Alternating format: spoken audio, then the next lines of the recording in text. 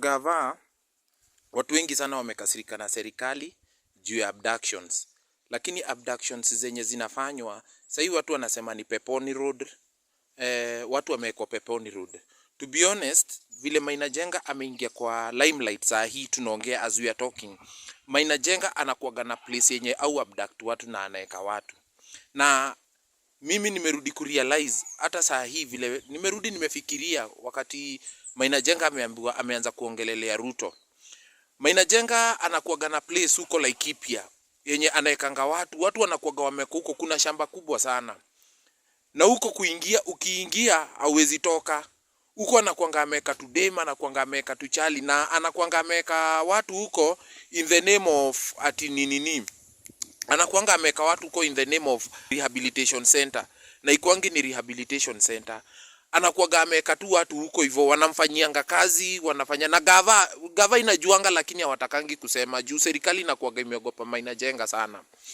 Second, hata kama watu wanatafuta watu wale wameabductiwa, let me tell you, huko kwa Maina Jenga kuna watu wameabductiwa na wamefichwa huko. I'm 100% sure. Last year but one nilienda huko kuchukua besti yangu. Besti yangu alikuwa anaambiwa ati kuna besti alikuwa ameambiwa huko amefichwa huko. Alikuwa anaambiwa ati yako huko rehabilitation. The first time nilienda huko, I found out that kuna watu walikuwa hata yeye alikuwa ameko huko out of against his own will. And I'm telling you 100% sure, Maina Jenga is a government assassin. Huu mse ucheza deals mbaya sana za kuabduct watu. Kwa hivyo watu wafunguke macho. Huu mse chini ya maji anakuanga ameficha watu. Na I'm telling you, even if today muende huko kwake, you will find people who are hidden there. Mimi naongea hivyo in terms of kitu nimejionea na kitu ninajua. Maina Jenga huko Laikipia, sijui hiyo shamba inaitwaje huko kwake, na kuna kuaga na gate. That time nilienda huko, hiyo gate ilikuwa imepaintiwa Azimio. Na hiyo gate inakuanga na watchman 24/7. Na ukiingia huko utapata wanafidiwa, wanafanywa kila kitu, lakini huko huwezi toka. Na huko nyumba huko, na uamini mwenye anaona hii clip na kama ni uongo aseme ni uongo, yuko kwake kuna kuaga na nyumba mbili. Kuna kuanga na ile nyumba yake ya ile side nyingine, na kuna kuaga na kuna nyumba moja anafanyianga mkutano, na kuna nyumba moja yenye uishi. Na penye anakaanga katikati hizo nyumba zote, kuna pali anakujanga anakaa hapo. Na in fact, let me tell you, ukipatana na Maina Jenga when you are talking with him, he's a very good guy.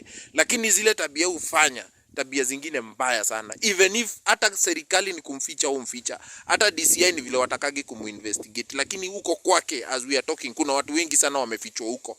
So hata tukitafuta watu wenye wamepotea Peponi Road, wamefichwa Peponi Road, I'm telling you, Maina Jenga has people who he has hidden. Kuna watu wanakuaga ameficha. Second, unaweza sema ninaongea hivi juu ninampiga. But mimi hata simjui. I know he is somebody who can do with me anything. Yenye anaweza taka kitakuniua anaweza. But I'm telling you the truth. If you can only know what that person does huko kwa shamba yake hiyo kubwa iko huko Laikipia, manzi unaweza jua kwenye serikali we have a very weak government. We have a government that it doesn't investigate about anything. Who mse zile abduction, nimekaa nikaangalia nikakumbuka the time that I went there. Na hao majamaa wake wote ni makeawa. Mimi waliendanga kwanza kuniambia hizo stories za toko kiderebo toko yateke atizo. Mimi niliwaambia oya, nilicheza chini juu nilikuwa najua nikiongea more than hizo mambo mingi na niko kwa premises za wenyewe nitaona noma. But let me tell you, zile vitu niliambiwa za Ukikuyu, zile mpaka ati Ginya kuna siku anakujanga anabatiza watu, kuna mashetani anatoanga. Let me tell you, that guy he's a shit. That person anakuaga na hidden secrets. So mimi nimewaambia hivyo ndio mkae mkijua. Kuna watu wanakuanga wamefichwa kwa Maina Jenga huko Laikipia. I don't know the name of that farm na sijui, but I know the place because I went there to pick up the guy, because alikuwa anaambiwa huko rehabilitation. Na huyo mse alikuwa na bipolar, ako na shida ya bipolar, amekuwa huko, na alikuwa na shida ya alcoholism. So alikuwa anaambiwa huko rehabilitation, na alikuwa anapewa Muratina. So ule jamaa alikuwa huko, nilimuuliza how can you give somebody Muratina na somebody who is recovering from addiction ya pombe. Moratina na hizi pombe zingine, they are still the same.